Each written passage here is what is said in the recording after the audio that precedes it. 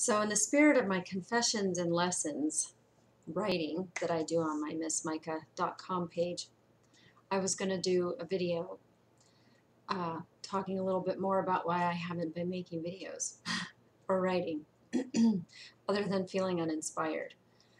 I don't know if anybody follows Sarah Scribbles, but she did a great cartoon about the reality of any kind of creating, and people think that you create when you're in your darkest place, when really you actually feel more like creating when you're in a good place. So when I'm not creating, I'm not in a good place. And sometimes I create in order to get to that good place. And it works sometimes, and sometimes it doesn't.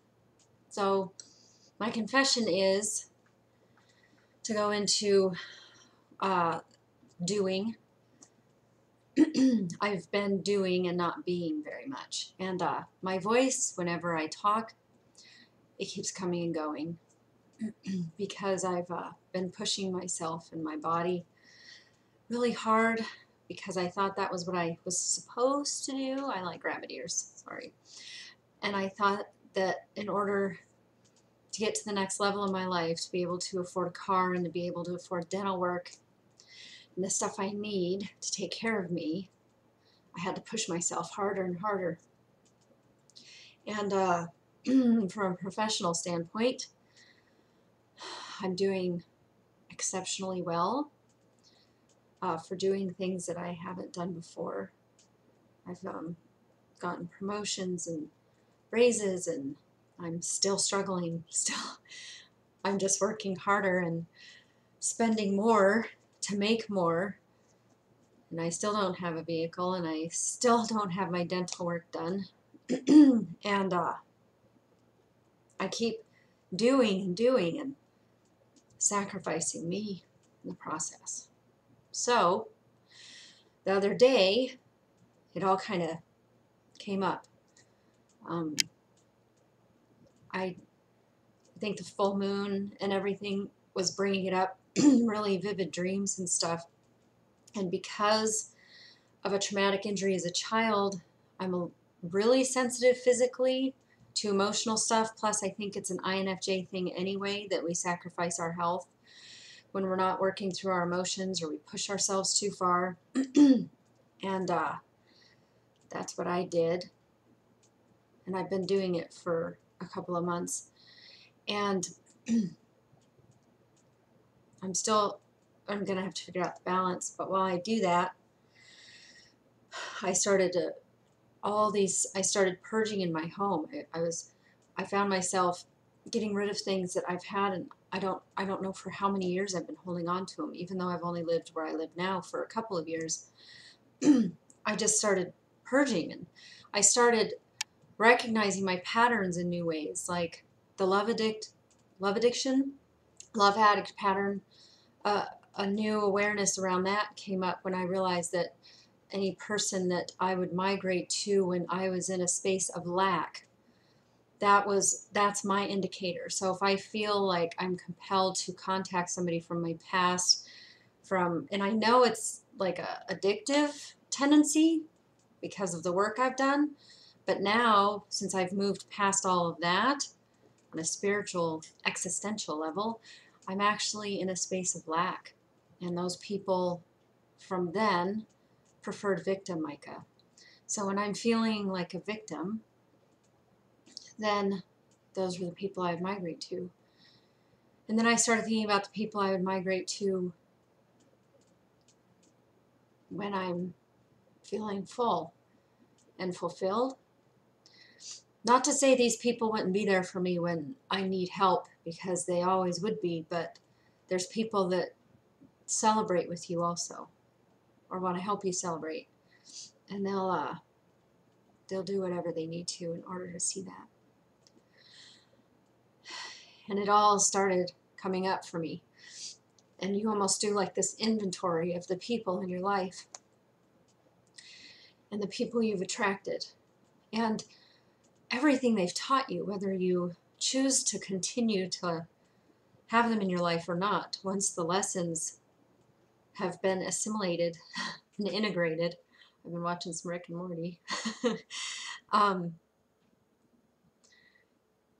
your need for them from the space of lack begins to go away. Because really they're just a host. You feel like you're missing something, so you want to do this parasitic attachment to feel valuable, to feel validated, to be recognized. And at some point you realize it's not working, and you know the pattern isn't healthy, and you're doing all this work and you still feel empty, and you don't want that, but you don't know what you do want because you have no frame of reference, and on and on and on. And I'm going to write more about this and what it's like to go through this experience. I have a project in mind that I'm actually going to do a staycation to work on and lock myself away for a while until it's done, because half of it is done. The writing portion, which is my portion, isn't, so I have to do that.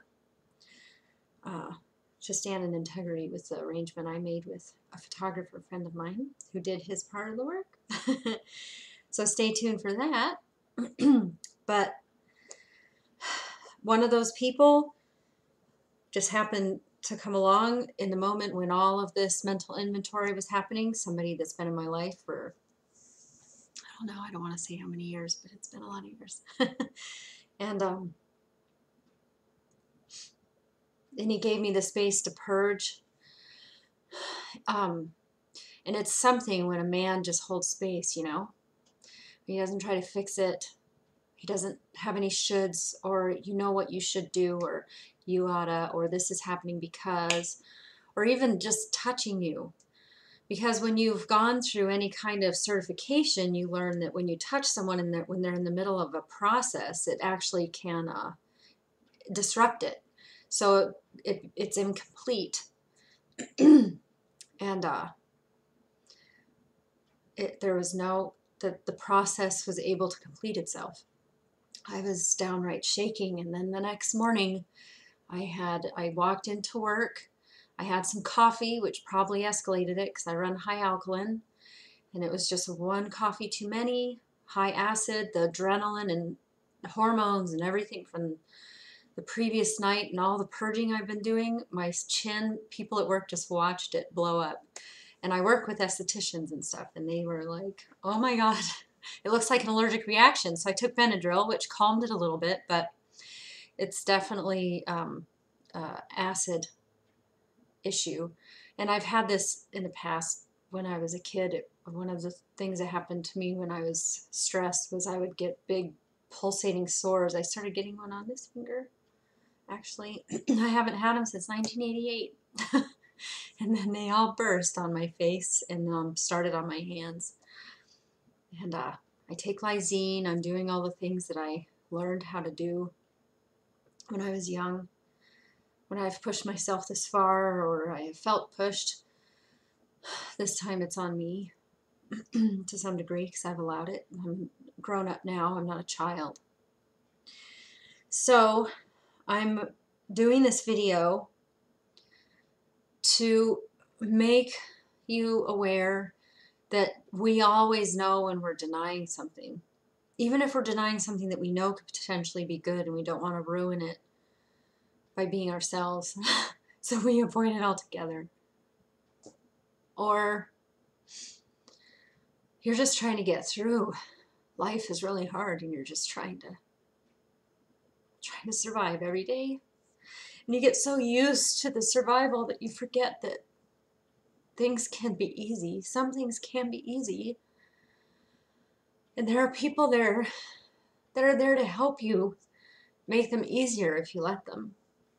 And they don't always have an agenda. And they're not always narcissists, or whatever label you want to attach to them. The point is you're attracting those people to learn some kind of a lesson.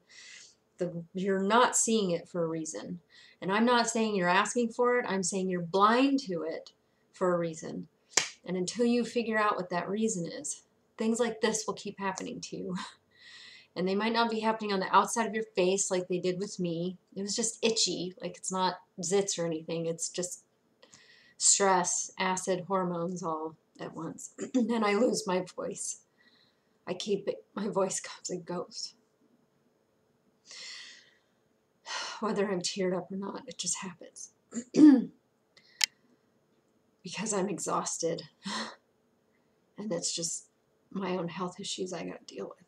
But we all have something, whether it's our physical body telling us, and if we don't hear our physical body, then something else is telling us. So I'm just asking you to be aware and listen to yourself. When all this happened, I actually couldn't stand the sound of my ticking clocks, or I have a fan that plays white noise at night, and I couldn't handle that either. I just needed complete silence. And once I was in complete silence and I heard it all came up. But it was only this dramatic because I have been pushing it down for years, and I've been just going and going in survival mode for so many years that I've sacrificed my spirit and everything.